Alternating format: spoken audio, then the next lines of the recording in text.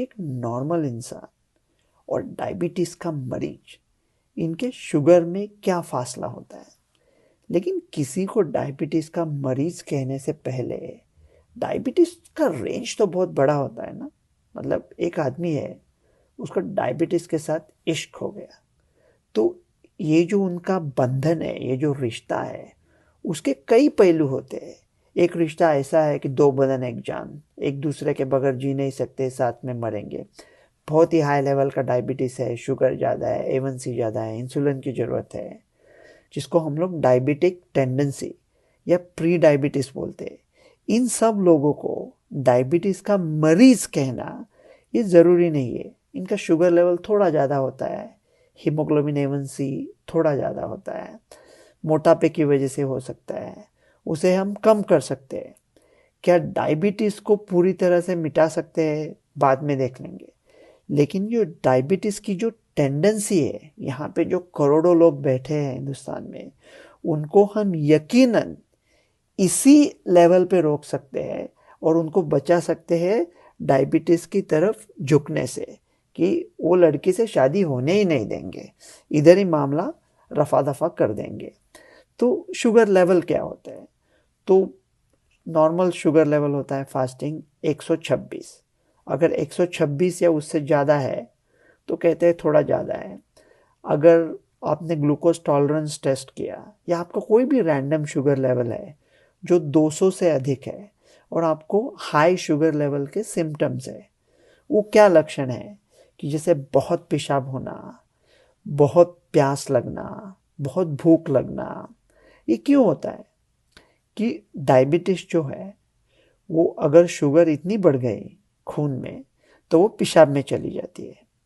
तो अगर पेशाब में चली गई तो डायबिटीज़ के जो शुगर के जो मॉलिक्यूल्स होते हैं, वो उनके साथ पानी को खींच लेते हैं, तो पानी का अभाव होता है बॉडी में। तो इसके वजह से ये सब सिम्टम आते हैं।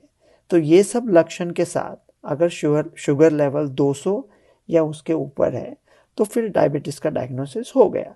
अगर हीमोग्लोबिन A1C 6.5 उसके पास है या ऊपर है तो कहते हैं कि इसे डायबिटीज़ है। लेकिन मैं मेरे खुद के पेशेंट्स को क्या कहता हूँ कि मैं उनकी उम्र लेता हूँ और उसको 10 से डिवाइड करता हूँ। अगर आपकी उम्र 70 है तो हीमोग्लोबिन A1C 7 तक चलेगा। ये क्या होता है हीमोग्लोबिन A1C? आप हीमोग्लोबिन A1C का नंबर पकड़ लो, मानो 7 है, उसमें से 2 निकाल दो, 7 - 2 5 हो गया, और 5 को 30 से मल्टीप्लाई करो, वो हो गया 150। वो आपका शुगर लेवल है, ऐसा मान के चलो। तो हीमोग्लोबिन A1C अगर 6.5 के नीचे है तो ठीक है। हीमोग्लोबिन A1C हाई क्यों होता है डायबिटीज़ में? ये जो शुगर खून में बैठा होता है, वो हीमोग्लोबिन को थोड़ा तुस्त कर देता है। तो हीमोग्लोबिन की अगर रेस लगाई तो वो दौड़ में हीमोग्लोबिन थोड़ा पीछे गिरता है। तो शुगर लेवल कितना है पिछले 3 महीने में, इसका अंदाज़ा हम हीमोग्लोबिन A1 से लगा सकते हैं। तो ये फ़र्क होता है शुगर लेवल में। नहीं, मैं ठीक कहा आपने, मैं समझ रहा हूँ आपकी बात को, लेकिन हम ऐसे शुगर लेवल को पकड़ के नहीं बैठ सकते कि यही शुगर लेवल चाहिए, हीमोग्लोबिन A1C 6.5 के नीचे ही चाहिए। हर एक आदमी है, उसका खुद के पैतरे होते हैं डायबिटीज़ के साथ लड़ने के, और हर एक की कहानी अलग अलग होती है। कि कोई बैट्समैन है जो क्विक सिंगल लेता है, अच्छी बात है, लेकिन उसका रन आउट होने का खतरा भी ज़्यादा होता है। तो जितना हम शुगर पर ज़्यादा नियंत्रण करेंगे, उतना ही खतरा है कि शुगर लेवल अचानक कम हो जाएगा। अचानक कम हो गया तो पसीने छूट जाते हैं, चक्कर आ जाती है। लोगों को पता होता है उनको कि ऐसे लक्षण आते हैं।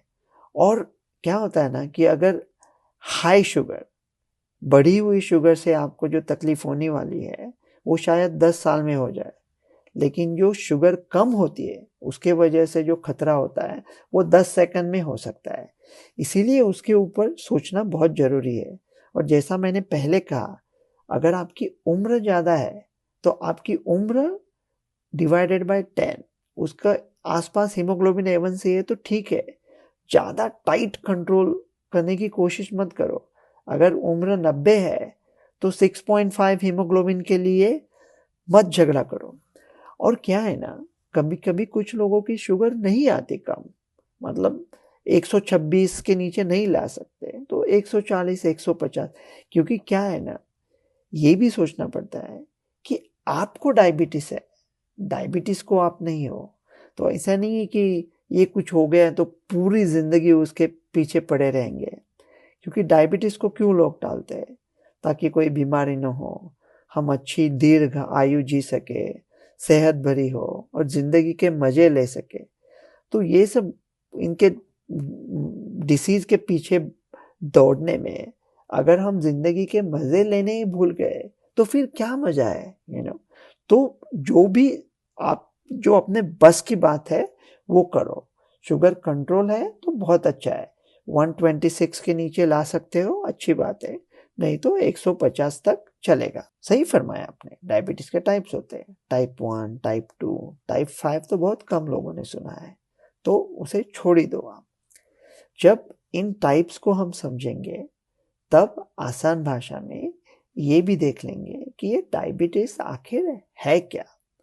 तो शरीर में स्वादुपिंड पैंक्रियाज होता है जो इंसुलिन बनाता है। जब हम लोग खाते हैं तो उस खाने को हजम करने के लिए इंसुलिन निकलता है पैंक्रियाज से और खाने को ठिकाने लगाता है। अभी कल्पना करो कि ये जो स्वादुपिंड पैंक्रियाज में इंसुलिन है वो सडनली नष्ट हो गया, तो इंसुलिन है नहीं, तो खाने को ठिकाने कौन लगाएगा? वो है टाइप 1 डायबिटीज। इंसुलिन है ही नहीं तो वो लोग इंसुलिन पर निर्भर करते हैं। वो रेयर है तो उसे छोड़ देते हैं, उसकी अलग बात करेंगे, वो ज़्यादातर जवानों में होता है। तो दूसरा है टाइप 2।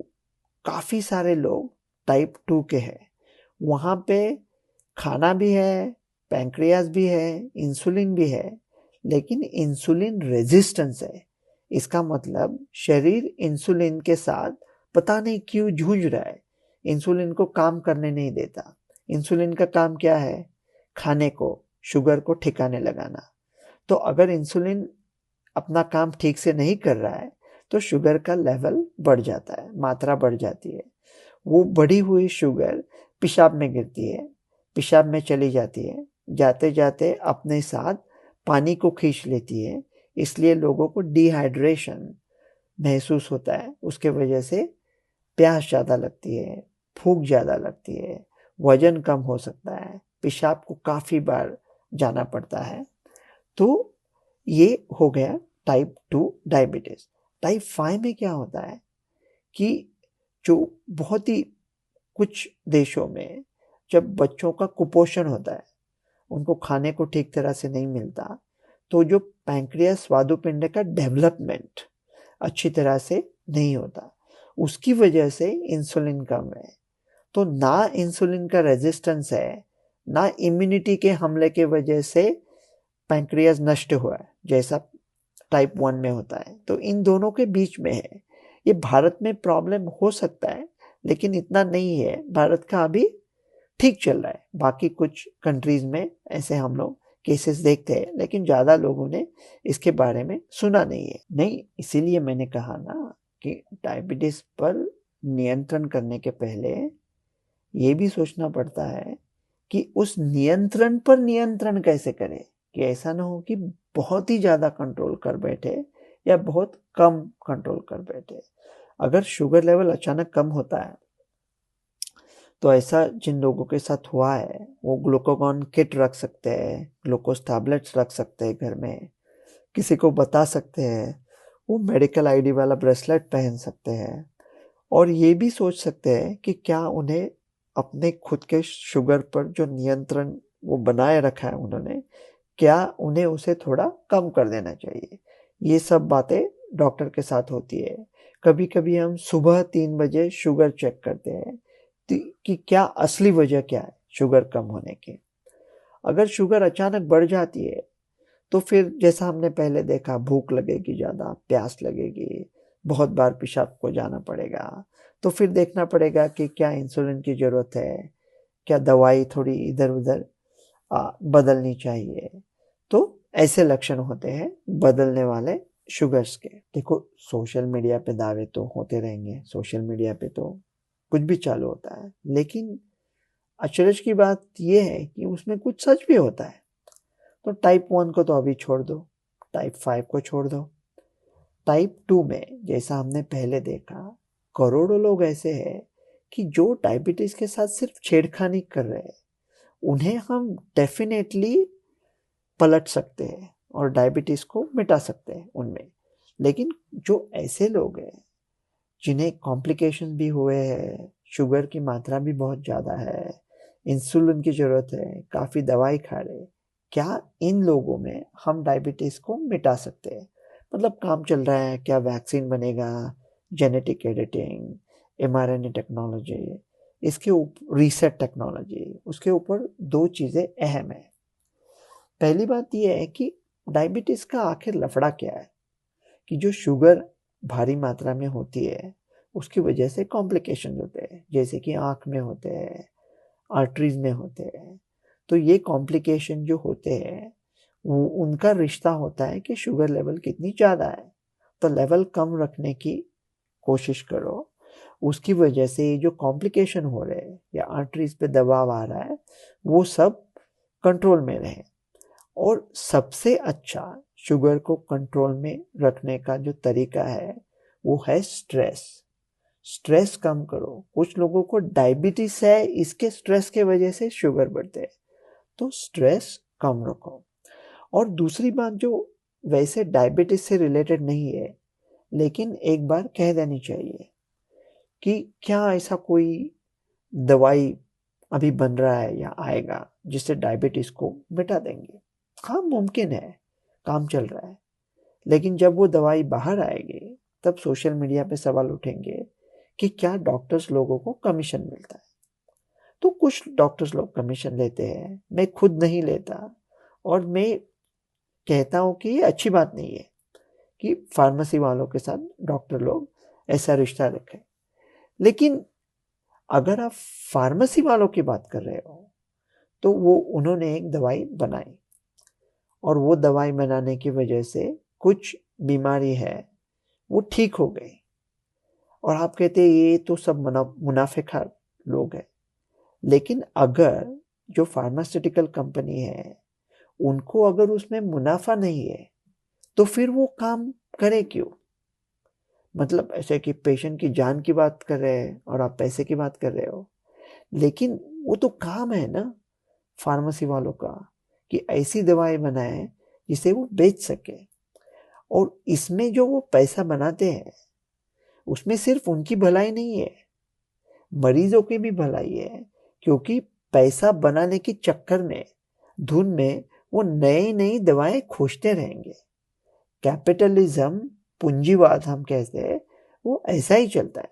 तो जब सोशल मीडिया में उल्टे सीधे सवाल उठते हैं तो इन बातों पर भी ध्यान रखना बहुत अहम है कि फार्मेसी को लालची कहने के चक्कर में हम कुछ ऐसा काम कर बैठे कि फार्मेसी वालों की पूरी दिलचस्पी चली जाएगी कि कुछ नई दवाएं खोज निकालें।